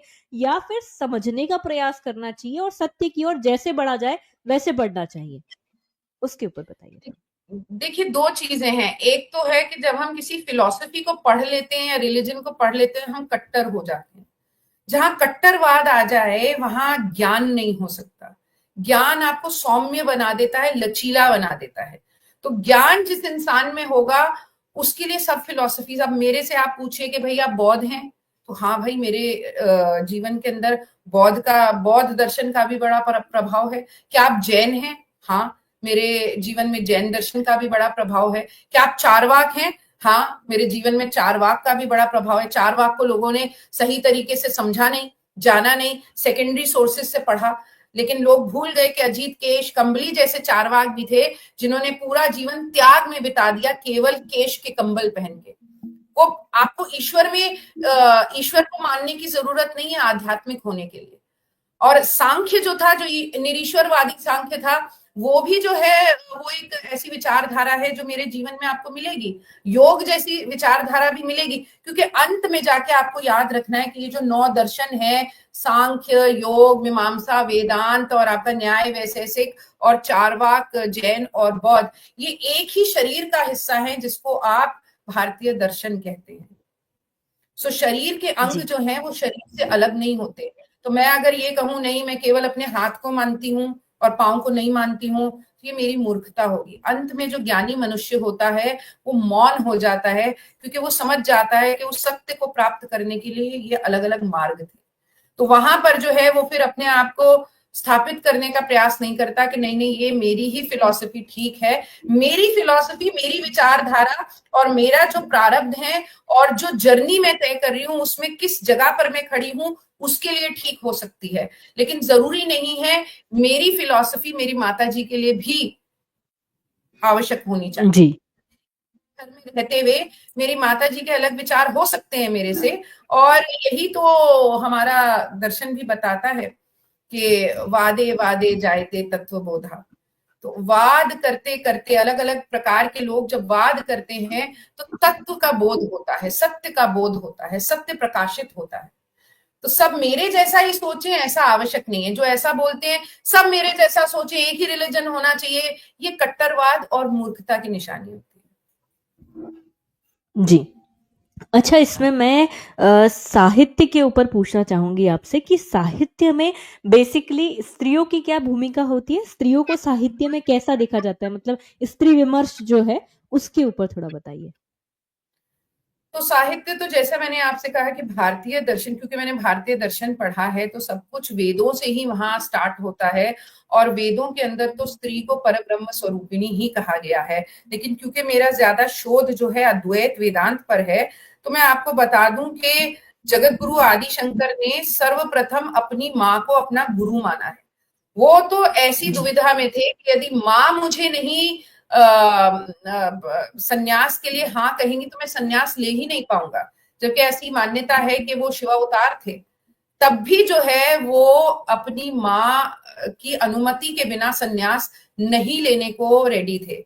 बाद में भी जो लोग कहते हैं कि अरे नहीं ये तो हमारी परंपरा है कि आप सन्यासी हो गए, आप घर नहीं जा सकते, स्त्री ये नहीं पढ़ सकती, स्त्री वो नहीं सब पढ़ सकती, जो भी परंपराएं इन्होंने बनाई हैं, तो उसके आधार पे अगर मैं आपसे बात करूं तो ये लोग क्या जवाब देंगे जब ये शंकराचार्य की जीवनी पढ़ते हैं और शंकर जो है सारी परंपराओं को तोड़ते हुए वापस अपने घर जाते हैं और अपनी माँ का दाह संस्कार करते हैं अपनी हाथ से अग्नि को उत्पन्न करके, जबकि इनके यहाँ पर कहा जाता है कि सन्यासी जो है अग्नि को छू नहीं सकता। तो उन्होंने तो किसी परंपरा को नहीं माना, बार बार उन्होंने परंपराओं को तोड़ा। ये कहते हैं कि श्वान तो जो है हमारे आश्रम में नहीं आ सकता, श्वान तो जो है हमारे मठ में नहीं आ सकता। उन्होंने तो श्वान को वेद स्वरूप बता दिया मनीषा पंचकम के अंदर, उन्होंने तो चांडाल को जो है शिव स्वरूप बता दिया मनीषा पंचकम के अंदर। तो फिर उसका ये क्या करेंगे? और उन्होंने तो परब्रह्म स्वरूपिणी देवी को बोल दिया, और उन्होंने आनंद लहरी लिख दी और सौंदर्य लहरी लिख दी, और उन्होंने कहा कि उससे ज्यादा सुंदर, उससे ज्यादा ज्ञानी और कोई हो ही नहीं सकता उस परम तत्व से। उसको परम तत्व बता दिया परब्रह्म स्वरूपिणी को। और अगर मठ वाले ये बात कहते हैं कि सब कुछ एक ही है, तो इसका अर्थ ये ही है कि देवी से ही हमारी भी उत्पत्ति हुई है, क्योंकि सब कुछ एक ही है वेदांत के अंदर। तो अगर देवी से उत्पत्ति हुई है तो स्त्रियां वेद क्यों नहीं पढ़ सकती? मतलब लॉजिक की एक बात है। देखिए, तो आपने ये भी होगा इनफैक्ट कि कुछ लोग कहते हैं कि यज्ञोपवीत नहीं हो सकता, लेकिन अगर आप हमारे मूल क्योंकि आप यहाँ पे अभी टेक्स्ट की बात कर रही हैं, तो अगर आप मूल टेक्स्ट वेदों में जाते हैं तो वहां पर यज्ञोपवीत का भी प्रावधान है स्त्रियों के लिए। उसी प्रकार से वैदिक अगर विवाह को आप देखती हैं तो वैदिक विवाह में स्पेसिफिक मंत्र होते हैं जो स्त्रियां बोलती हैं और स्पेसिफिक मंत्र होते हैं जो पुरुष बोलते हैं। लेकिन जी, बाद में हाँ जी। पंडित आते हैं और बाद में जब ये परंपरा और वो परंपरा और मिलावट होती है तो वो लोग जो है वो कहते हैं नहीं नहीं नहीं, स्त्रियां जो है वो वेद की ऋचाएं नहीं बोल सकती, इसलिए उनको हम ये मंत्र दे रहे हैं। लेकिन वास्तविकता में वैदिक विवाह ऐसे नहीं होता था। वैदिक विवाह के अंदर तो स्त्रियां बोलती थी, ये वेद ही बोलते हैं। तो हाँ, और विवाह के जो मंत्र है, यदि मैं बात करूँ विवाह के मंत्रों की, तो वो भी सूर्या सावित्री उनकी मंत्र दृष्टा मानी जाती है। तो बिल्कुल यहाँ बिल्कुल पे तो एकदम क्लियर कट जाता है ये जो। क्लियर कट जाता है। और उसके बाद अगर आप साहित्य की बात करती हैं तो मैं कई ऐसे साहित्य देखती हूँ जहां औरत ने घूंघट किया है, स्त्री ने घूंघट किया है और बड़ी दबी हुई है, हाथ में ये पहना है वो पहना है, वट एवर इट इज। तो अब बात ये है कि ये घूंघट की प्रथा जो है हमारी तो थी नहीं। वेदों में आपको जब भी आप कोई ड्रामा को पढ़ते हैं या नाट्य शास्त्र में पढ़ते हैं तो कोई भी स्त्री घूंघट करती है या सर भी कवर करती है, ऐसा हमको कोई रेफरेंस तो नहीं मिलता है कहीं पर भी। तो ये जी। घूंघट की प्रथा आती कहाँ से है फिर? तो ये घूंघट की प्रथा आती है जब इन्वेजन आपके ऊपर होता है और आपकी स्त्रियों को उठा करके ले जाया जाता है। और खास तौर पे वो जो होता है इस एरिया में होता है नॉर्थ के, राजस्थान पंजाब आदि क्षेत्रों के अंदर, तो वहां घूंघट की प्रथा जो है वो प्रचलित हो जाती है। परंतु क्योंकि जो है जिन्होंने आपके ऊपर जो है जो ये लोग जो आए थे बाहर से और आपके ऊपर वर्चस्व स्थापित करने का प्रयास किया था, आक्रमण क्योंकि किया। जी। आक्रमण किया था, ये लोग आगे नहीं जा सके, ये साउथ तक नहीं पहुंच सके। गए थे लेकिन बहुत कम मात्रा में, और इतना प्रभाव साउथ में इनका नहीं रहा। तो आज भी आप वहां देख लीजिए विवाह के ड्यूरेशन में स्त्री अपना सर कवर नहीं करती वहां पर। जी, तो वहाँ पे तो और दिन में विवाह भी होता है, पूरे संस्कार भी उचित तरीके से निभाए जाते हैं। जी। बिल्कुल बिल्कुल। तो हमारे यहाँ रात की, उसके पीछे भी एक कारण है। रात में विवाह होने का कारण ये हो गया था कि क्योंकि जो है मार दिए जाते थे या रीति रिवाजों को नहीं निभाने दिया जाता था, जो लोग आए थे जिन्होंने हम पे आक्रमण किया था, तो इसलिए जो है रात को छुप के विवाह किया जाता था। लेकिन वास्तविकता में तो जो वेदों में बताया गया है तो ब्रह्म मुहूर्त में ही विवाह होना चाहिए। जी। तो वैसे एक और अभी भी चीज़। जी। प्रयास लोगों का वही रहता है कि हम रात से लेकर के सुबह फेरे करें, लेकिन फिर भी उसमें वो बात रह नहीं जाती। क्योंकि आप साउथ में जाएंगे तो अभी भी मंदिरों में ही शादी होती है। क्योंकि मैं तमिलनाडु में पढ़ी हूँ इसलिए मैं बता सकती हूँ। और वहां सुबह ही ब्रह्म मुहूर्त में ही विवाह जो होता है या फेरे जो होते हैं होते हैं। जी। एक और चीज़ जो मैं ये चाहूँगी कि आप उसके ऊपर भी बताएँ कि आजकल जो धर्म के नाम पर जो पाखंड फैला हुआ है, उसके ऊपर हम्म। थोड़े विचार रखिए, क्योंकि धर्म एक साइड रह गया है और पाखंड एक और कोने में पकड़ लिया है। मतलब कुछ भी, स्त्री गायत्री ना मंत्र नहीं पढ़ सकती, ये पाखंड अलग चल रहा है। राधे राधे बोल लो बस, उससे सारे काम हो जाएंगे। भगवान श्री कृष्ण को गुड्डा बना के घर में पाल रहे हैं। तो ठीक है, आपके भाव और भक्ति एक तरफ है, लेकिन वो सोशल मीडिया पे इस तरीके से हो गया है पूरा पाखंड, उसके ऊपर थोड़ा विचार रखिए। हाँ, उससे पहले मैं आपको बस ये बताना चाहूंगी, जो आपने पहले मेरे को प्रश्न पूछा था उससे रिलेटेड एक दो चीजें बताना चाहूंगी कि हमारी पेट्रियार्कल सोसाइटी कभी नहीं रही, ना ही मेट्रियार्कल सोसाइटी रही है। जहां पुरुष जी। की जरूरत रही है हमने वहां पिता प्रधान रहा है, जहां स्त्री की जरूरत रही है वहां स्त्री प्रधान रही है। हमने हमेशा कौशल्या नंदन बोला है, हमने हमेशा जो है देवकी नंदन बोला है। हमारे संतानों के साथ माता का नाम चलता था, पिता का नाम नहीं चलता था। ये तो पाश्चात्य जगत से जब हमारे ऊपर इन्फ्लुएंस आया तब हमने जो है सरनेम लगाने शुरू कर दिए। आज आप मुझे बता दें श्री राम का क्या सरनेम था, या रावण का क्या सरनेम था, या श्री कृष्ण का क्या सरनेम था? यादव कुल के थे वो, लेकिन सरनेम यादव कुल के भी नहीं थे, हुए तो वो क्षत्रिय परिवार में पैदा हुए थे, यादव कुल में बड़े हुए थे, लेकिन उनका सरनेम तो यादव नहीं था। जी। तो ये भी विचार का विषय है कि ये जो आपके टेक्स्ट जो हैं, जो आपके बाद में जो टेक्स्ट लिखे गए, जो क्या कहते हैं उसको, देखिए हिंदी में मैं भूल गई, टेक्स्ट को क्या कहेंगे? आपने अभी बोला था ना, मैं भूल गई शास्त्र। नाम। शास्त्र नहीं, शास्त्र ग्रंथ। नहीं, जो ग्रंथ भी नहीं, जो पुस्तकें हम लोग लिखते हैं, अच्छा टेक्निकल नाम भूल गई, कोई बात नहीं। तो ये जी जितने भी बाद के लोग आए जिन्होंने लेखन के अंदर जो है स्त्रियों को प्रधान ना बताते हुए पुरुष प्रधान बताया, वो पाश्चात्य संस्कृति से प्रभावित रहे थे, लेकिन हमारे शास्त्रों के अंदर हमें ऐसा नहीं दिखता है कहीं। और अभी आपने जो पाखंड की बात करी, जी हाँ, बहुत बड़ा पाखंड जो है ये चल रहा है। पहली बात तो ये है, कोई कुछ भी कह दे, कुछ भी, हम पुराण को जो है प्रमाण नहीं मान सकते। Purana is like a PhD thesis जो मैंने करी है, और पीएचडी थीसिस जो किसी और ने करी है। तो वहां पर मैं अपने विचार लिख सकती हूं, पर वो जो है प्रमाण नहीं हो सकता। उसी प्रकार जी से हमारे यहाँ वेद प्रमाण है, और वेदों के अंदर राधा रानी का कहीं जिक्र नहीं आता। जी उसी प्रकार से महाभारत जब आप पढ़ते हैं, तो किसी पर्व के अंदर आप मुझे रेफरेंस दे दें, या कोई अगर कहता है कि है भाई तो रेफरेंस दे दें, कहाँ है राधा? राधा का कोई रेफरेंस नहीं है। ये तो गौड़ी वैष्णव परंपराएं जब आती हैं, तो वो पोइट्री के अंदर राधा रानी के कॉन्सेप्ट को लिखती हैं। और फिर जैसे वो एक बॉलीवुड की देवी बनी थी, क्या नाम है, संतोषी माता। तो संतोषी माता ऐसे ही बन गई थी, वो उनका रेफरेंस वगैरह वेदों में कुछ नहीं है। तो उसी प्रकार से राधा भी जो है वो आपके इसका हिस्सा बन जाती है। अदरवाइज राधा इतना इंपॉर्टेंट एस्पेक्ट है, तो महाभारत में क्यों उनका मेंशन नहीं आता? सो राधा जी जैसा कोई था नहीं। तो ये जो है प्रभुदापाद, ये गए थे वहां अमेरिका, और इन्होंने अपने 4 शिष्य वहां पे बनाए, और उन्होंने जो है अपने कुछ मंशाएं थी उनकी, क्योंकि वहां पे उस वक्त एक्स्ट्रा मैरिटल अफेयर्स चला करते थे, तो उन्होंने उसी को यहाँ ला करके जो है स्प्रेड करने का प्रयास किया, और ये सब चीजें हुई।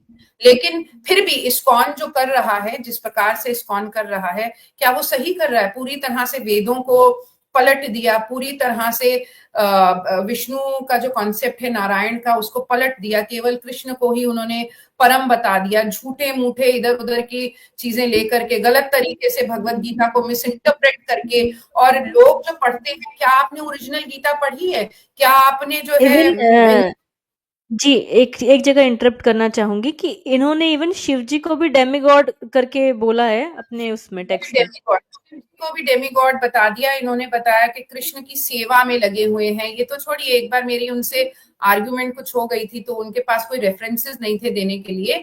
बट आप अगर हिस्ट्री में भी जाते हैं, तो सर ये हैं आपके, देखो नाम भूल जाती हूँ, I am very bad with names. अच्छा चलो, नाम याद आएगा तो बताऊंगी। तो आप अगर जो है हिस्ट्री में भी जाते हैं, और आप मोहनजोदारो और हड़प्पा को देखते हैं, तो वहां भी अगर आपको साक्ष्य मिलते हैं, तो शिव और शक्ति की पूजा के ही मिलते हैं। और जी कृष्ण जो है, उनको कि कृष्ण या राम में इस पे कंट्रोवर्सी क्रिएट हो सकती है, पर देखिए मैं ये नहीं कह रही कि आप पूजें या ना पूजें, ये बात मैं नहीं कर रही। मैं कह रही हूँ वेदों के अंदर कृष्ण और राम का रेफरेंस नहीं आता। कृष्ण यजुर्वेद कहा जाता है, लेकिन वहां पे कृष्ण, यजुर्वेद का मतलब श्री कृष्ण से नहीं है। वहां शुक्ल यजुर्वेद और कृष्ण यजुर्वेद है। शुक्ल अर्थात जो बढ़ते चांद के साथ लिखी गई, और कृष्ण यजुर्वेद अर्थात जो घटते हुए चांद के साथ लिखी गई। तो वहां पे उसका अर्थ ये है, वहां श्री कृष्ण का कोई रेफरेंस हमें नहीं प्राप्त होता है। हाँ, शिव का रेफरेंस तो प्राप्त होता ही है, ये तो आप जानते ही हैं। तो इन्होंने पूरी तरह से ही हिस्ट्री, ज्योग्राफी सब कुछ ही बदल दिया। सर जॉन मार्शल, और हाँ मैं मुझे कह जी सर अच्छा जॉन मार्शल ने जो रिसर्च करी थी मोहनजोदारो और हड़प्पा के ऊपर, उसमें उन्होंने ये बात लिखा है कि वो जो सील मिलती है वो पशुपति नाथ की है, और वही वो ये बात लिखते हैं। अब आप तो वेस्टर्न लोगों को कभी मानते हैं, कभी नहीं मानते हैं। वो तो वेस्टर्न है बेचारे, सर जॉन मार्शल, वो कह रहे हैं वहां शिव और शक्ति की ही पूजा होती थी। तो ये एक चीज है। और दूसरी चीज, आडंबर जो है हो गया है। हरे राम हरे राम, हरे राम हरे हरे, हरे कृष्ण, ये कोई मंत्र ही नहीं है। दिस इज नॉट अ मंत्र। इवन जैसे वंदना जी एक और बात मैं कहना चाहूँ, आपने गौर गोपाल दास को यदि देखा होगा तो वो तो ऐसे ऐसे जोक्स पास करते हैं, ऐसी ऐसी उल्टी सीधी चीजें बोलते हैं, गेरुए वस्त्र पहनते हैं। मतलब बहुत शॉकिंग है ये सब चीजें कि सनातन के नाम पे आजकल गेरुए वस्त्र पहन लो और कुछ भी बोलो। देखिए, दुख तो ये है कि लोग मूर्ख बन रहे हैं। आपको ये समझना है कि आपको अपने और उस परम तत्व के बीच में किसी इंटरप्रेटर की जरूरत नहीं है। हर भाषा को वो समझता है, केवल आप ही की नहीं, हर जीव की भाषा को वो जानता है। समझता है, आप उसी में से, उसी का आप अंश हैं। आपको इन लोगों की जरूरत नहीं है। आपके नाम पर करोड़ों, मैं कहती हूँ इस्कॉन वाले जो हैं करोड़ों रुपया खर्च करते हैं कृष्ण के ऊपर। तो ऐसा क्यों है कि कृष्ण की गाय जो है इधर उधर कचरा खाती है? क्यों नहीं उनको संभाल लिया? कृष्ण तो ग्वाले थे ना, गौ सबसे ज्यादा प्रिय थी उनको, क्यों नहीं उनका उद्धार कर जी। दिया? आप सबसे लंबा टावर, सबसे लंबा मंदिर बना सकते हैं मथुरा में, आप गौ माता का ख्याल नहीं रख सकते? सो ये एक बड़ी बात है, और लोगों को विचार करना चाहिए कि हम क्या कर रहे हैं। क्या इनको फॉलो करके हमें किसी ईश्वर की प्राप्ति या किसी मोक्ष की प्राप्ति हो सकती है? इसके विषय में शंकराचार्य बहुत अच्छा लिखते हैं। वो कहते हैं कि सन्यास जो है बाहरी वेशभूषा से नहीं होता, सन्यास एक आंतरिक प्रक्रिया है। तुम ये जीन्स और शर्ट पहनकर भी सन्यासी हो सकते हो, और गेरवा कपड़ा पहनकर भी तुम्हारे अंदर जो है राक्षस बैठा हो सकता है। ये शंकराचार्य जो है उपदेश सहस्री में कहते हैं। दूसरी चीज वो एक और बात कहते हैं कि आत्मा तो नित्य मुक्त, नित्य शुद्ध और नित्य बुद्ध है, उसका कभी कोई बंधन था ही नहीं, ना ही उसकी मुक्ति हो सकती है। वो तो केवल अविद्या का आवरण तुम्हारे ऊपर चढ़ जाता है और तुम उसी को सत्य मानना शुरू कर देते हो, इसलिए तुम बंधन में अपने आप को नजर आते हो। अपने सच्चे स्वरूप को पहचान लोगे तो जान जाओगे कि तुम नित्य मुक्त, नित्य शुद्ध और नित्य बुद्ध हो। और ये जानने के लिए हमारे को किसी इस्कॉन की या किसी ब्रह्म कुमारी की आवश्यकता नहीं है। ये जानने के लिए बाह्य इंद्रियों को अंदर की तरफ मोड़ने की आवश्यकता है। जो हम बाहर खोज रहे हैं उसको अंदर खोजने का प्रयास करें, ये आवश्यकता है। हम अपने वेदों को पढ़ें, महर्षि दयानंद सरस्वती को पढ़ें, स्वामी विवेकानंद को पढ़ें, आदि शंकराचार्य को पढ़ें, बुद्ध को पढ़ें। ये लोग हमें सही मार्ग दिखा सकते हैं। ये मायावादी लोग नहीं, ये सब मायावादी लोग हैं। जया किशोरी ने क्या किया? आप यहाँ पर तो जी। बड़ी बड़ी कृष्ण की बातें करती हैं, आकर घूमती थी, फिर आपका वो काम नहीं चल पाया, फिर आपने क्या किया? आप मोटिवेशनल स्पीकर बन गई। वहां भी आपका काम नहीं चल पाया क्योंकि उसमें बुद्धि की जरूरत होती है, उतनी आपके पास थी नहीं। फिर अब जो है आप और दिशा में आप बेस बनाना शुरू कर दिया कि नहीं नहीं, मैं तो गृहस्थ जीवन अब जीना चाहती हूँ। फिर आप एक तरफ कहती हैं कि गऊ नहीं, मांस नहीं, ये नहीं, वो नहीं, उसके बाद आप ये क्या क्रिश्चियन डॉयर का आप बैग लेती हैं, फिर आप मूर्खता करती हैं एक झूठ छुपाने के लिए। क्या झूठ बोलती हैं? आप कहती हैं नहीं नहीं, क्रिश्चियन डॉयर बैग मैंने वहां से कस्टमाइज करवाया। अरे, कस्टमाइज। तो कंपनी जानी ही इसलिए जाती है कि उनका बैग दुनिया का सबसे नरम बैग होता है, क्योंकि वो गाय के चमड़े का प्रयोग करते हैं। आप ये लोगों को मूर्ख समझ रही हैं ये कह करके कि नहीं मैंने वहां कपड़े का कस्टमाइज्ड बैग बनाया। तो फिर आप बाहर जो एक बेचारा बैठा है जयपुर में कारीगरी कर रहा है, उससे आपने क्यों नहीं बनवाया? उससे कस्टमाइज करवा लेती। तो ये हमारी अपनी गलती है। एक बार मूर्ख बने तो मैं कहूंगी गलती है, दूसरी बार अगर आप मूर्ख बन रहे हैं तो ये गुनाह है, और ये आपका अपना गुनाह है। इसकी सजा आपको मिलनी चाहिए। अगर आप बार बार, और तब बिल्कुल। भी जो है जाती हैं और तब भी ये बोलती हैं, देखते हुए कि ये लोग मायावादी हैं, बड़ी बड़ी गाड़ियों में घूम रहे हैं, हमें कोई दिक्कत नहीं है। जया किशोरी बड़ी गाड़ी में घूमे, लेकिन दान के और चंदे के पैसे से ना घूमे। क्योंकि 10 रुपए भी जो इंसान वहां चंदा देकर जाता है, रिक्शा वाला, वो बहुत प्रयास करता है, पसीना बहाता है, 50 रुपए कमाता है, 40 रुपए अपने घर लेकर के जाता है, 10 रुपए आपको देता है कि पैसा यहाँ दे रहा हूं। ये पैसा किसी जीव जंतु के इलाज के लिए खर्चा होगा, किसी को भोजन खिलाने के लिए खर्चा होगा, परंतु उससे आप क्रिश्चियन डॉयर खरीदती हैं। ये दिक्कत की बात बिल्कुल, मुझे ऐसा है। और लगता है जैसे कि जो जी। हिस्ट्री में जाते हैं या ब्रह्म कुमारी की हिस्ट्री में जाते हैं, तो आप देखिए तो सही, एक से एक चोर, एक से एक उचक्के, एक से एक जेल भोग के आए हुए, एक से एक मर्डर में। इस्कॉन वाले तो मर्डर तक में इन्वॉल्व हैं। आप देखिए तो सही उनका पास्ट, मर्डर में, नशे में, गांजे में, किस चीज में ये लोग इन्वॉल्व नहीं है? हर चीज में इन्वॉल्व है। अब ये लोग आपको मुक्ति तक कैसे ले जा सकते हैं, ये मैं नहीं समझ सकती। मुझे ऐसा लगता है जैसे ये कॉन्सेप्ट आपने बताया इन सब लोगों के बारे में, मुझे तो इतना आइडिया नहीं है। लेकिन जो धर्म का एक प्रोस्पेक्टिव है, जो जया किशोरी वाला हमने बताया, चाहे वो कोई और पाखंड वाला बताया, वो एक मोटा सा बच्चा आया था बीच में, तो लोगों ने धर्म को धंधा इसीलिए बना रखा है क्योंकि कहीं ना कहीं हमें मूल में ये सिखा दिया गया है कि धर्म आंख बंद करके किया जाता है, भक्ति तो अंधी होती है, और तर्क से हमें एक होता है ना कि दूर कर दिया गया है। तो इस पे भी थोड़ा बताइए कि किस तरह से धर्म में तर्क का इन्वॉल्वमेंट बहुत ज्यादा जरूरी है। देखिए, इनिशियली तो तर्क की आवश्यकता होती है। अर्जुन को इनिशियली तर्क की आवश्यकता थी जब वो विषाद में था। अर्जुन ने तार्किक प्रश्न किए थे कृष्ण से कि मैं ये कैसे मान लूं, मैं ये कैसे जान लूं, अच्छा ये आपके इतने रूप है, इतने रूप नहीं है, वो कितने रूप है, आपको किस रूप में मैं पूजूं। तर्क से ही तो प्रश्न किए थे। जब एक एक करके तार्किक प्रश्न के उत्तर मिलते हैं, तब धीरे धीरे भक्ति अंधी होती है। अंधी भक्ति का ये अर्थ नहीं होता कि आप मूर्ख हो जाएं। अंधी भक्ति का मतलब ये होता है कि उस तत्व से आप इतने एक हो गए कि अब उसमें और आप में कोई अंतर ही नहीं रहा। पर वहां पर किसी और की इन्वॉल्वमेंट जरूरी नहीं होती, और ये लोग अपनी इन्वॉल्वमेंट सदा बनाए रखते हैं, क्योंकि अगर ये बीच से निकल गए आपके और ईश्वर के, तो फिर इनका कैसे कारोबार चलेगा।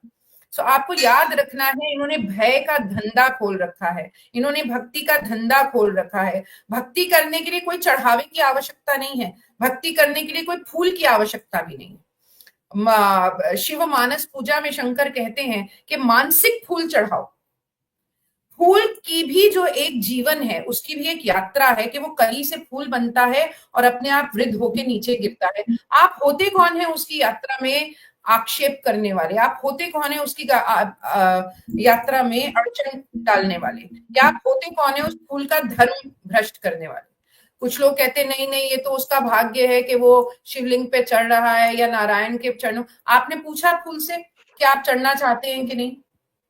यदि फूल से जी। पूछेंगे तो मैं अनुमान से ये कह सकती हूँ कि जैसे हर जीव अपने प्राणों को प्रेम करता है, फूल भी ना किसी शिव के ऊपर और ना ही किसी नारायण के ऊपर चढ़ना चाहेगा। परंतु शिव और नारायण ने कभी इन फूलों को, क्योंकि ये फूल उन्हीं के हैं, अपनी ही चीज को कोई कैसे मान सकता है, मांग सकता है। जिस तरह आप उनके पौत्र पौत्री हैं, वो फूल भी उनका पुत्र है, पुत्री है, जो भी है।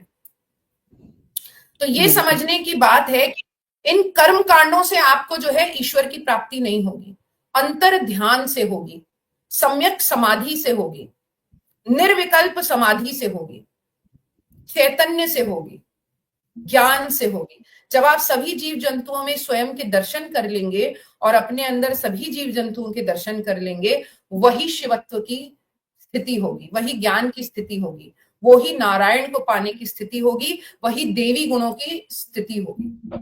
तो ये हम लोगों को जी। समझना जरूरी है। अनफॉर्चुनेटली हम बाहर खोजते रहते हैं कि अच्छा एक्सपेरिमेंट कर लेते हैं, चलो ब्रह्म कुमारी की शांति मिल जाए, या फिर चलो इस्कॉन के मिल जाए, चलो यहाँ नहीं मिली अब ओशो के चले जाते हैं, अब ओशो के नहीं मिल रही तो बुद्ध के चले जाते हैं। भगवान और अपने मार्ग बदलते रहने से केवल भटक ही सकते हो आप सही दिशा पर नहीं आ पाओगे जब तक आप आंतरिक दृष्टि को डेवलप नहीं करोगे। जी। तो 5 अच्छा। इंद्रियों का है जी। आपको भटकाना, और ये भटकाती ही रहती हैं, और आप केवल दूसरों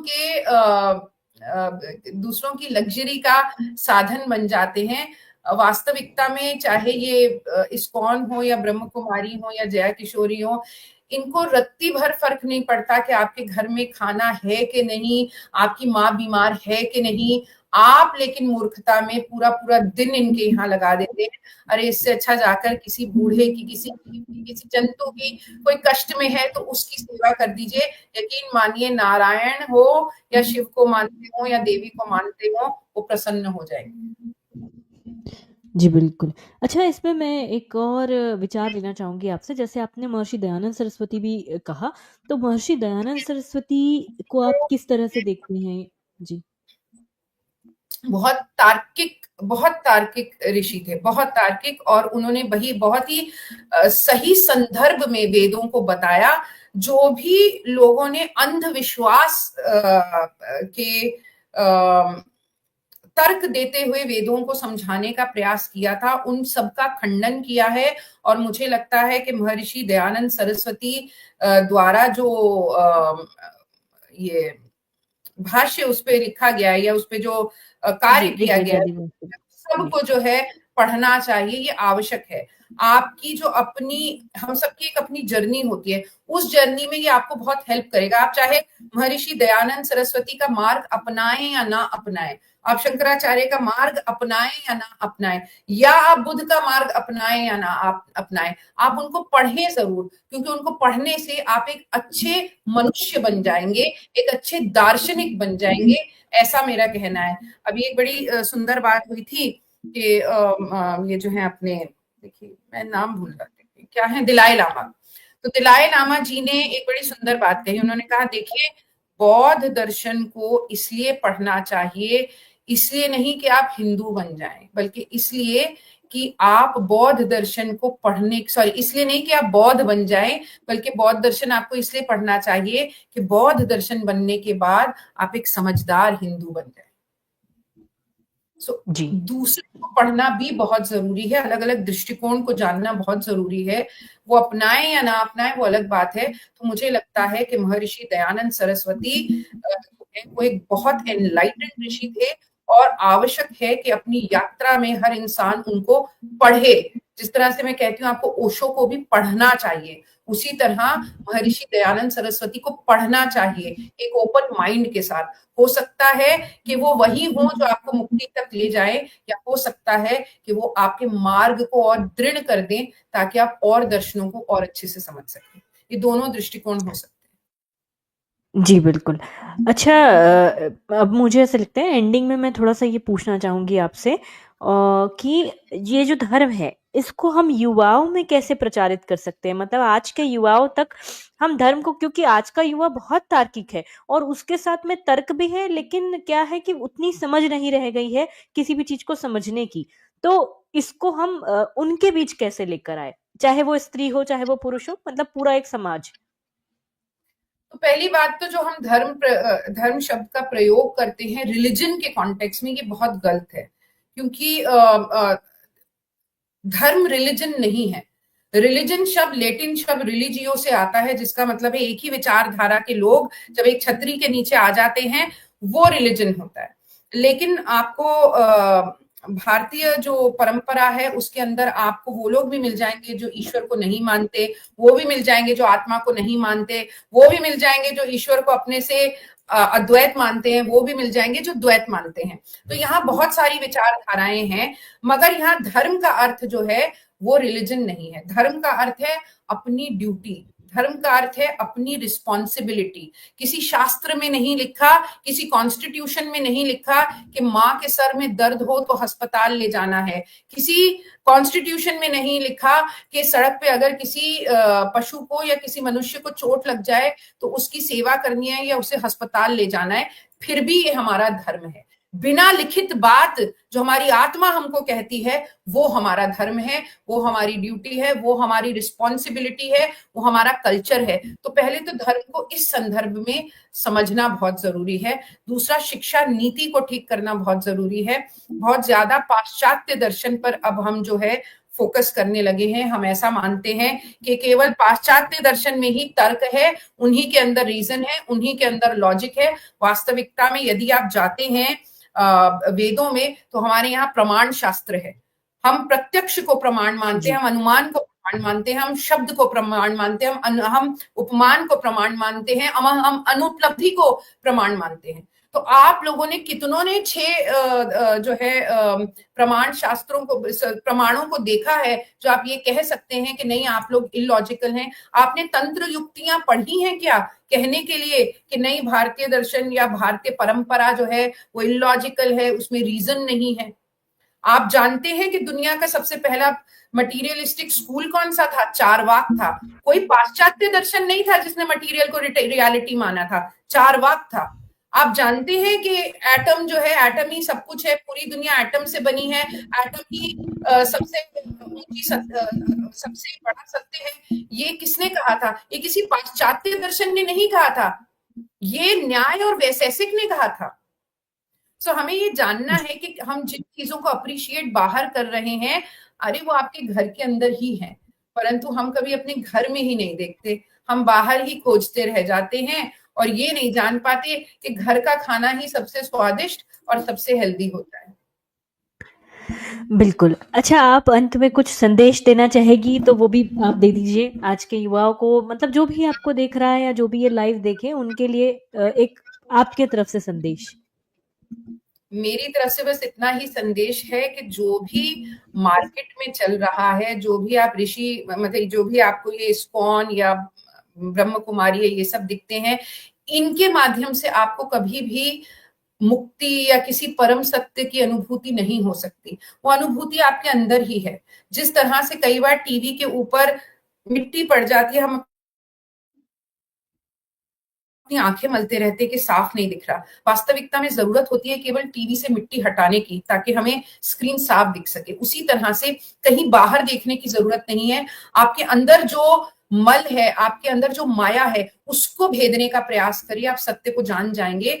और करुणा से जानने का प्रयास करिए। हर दर्शन ने करुणा की बात की है, विश्व मैत्री की बात की है, विश्व बंधुता की बात की है। तो याद रखिए, किसी को भी कष्ट पहुंचा के हम कभी भी सुखी नहीं रह सकते, चाहे वो मनुष्य हो या जीव जंतु हो। मेरी आपसे निवेदन है कि सभी जीव जंतुओं की तरफ करुणा का भाव रखिए। सर्दियों का समय आ गया है, जो भी जीव जंतु बाहर हैं उनके लिए एक छोटा सा बेड लगा दीजिए, उनको भोजन दे दीजिए, ताकि सर्दी का मौसम आपका भी कट जाए ईश्वर की कृपा से, और उनका भी कट जाए आपकी कृपा से। बिल्कुल।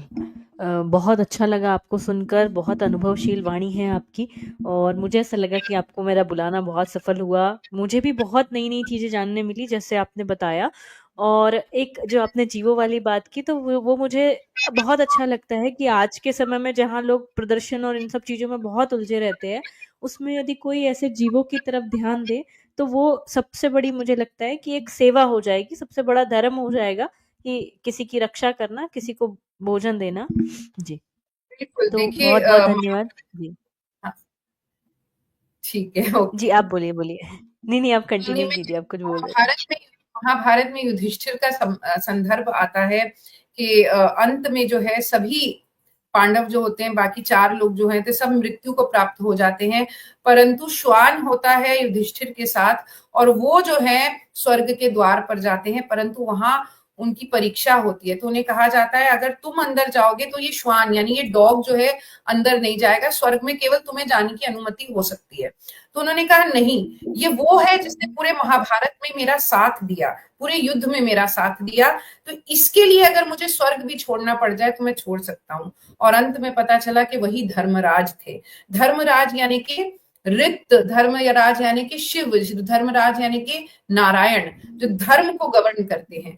तो यानी कि यदि आप जीव जंतुओं का साथ देंगे तो धर्म सदा सदा आपके पक्ष में रहेगा, और कोई भी आपको क्षति नहीं पहुंचा पाएगा। आप किसी भी महाभारत को जीत सकते हैं।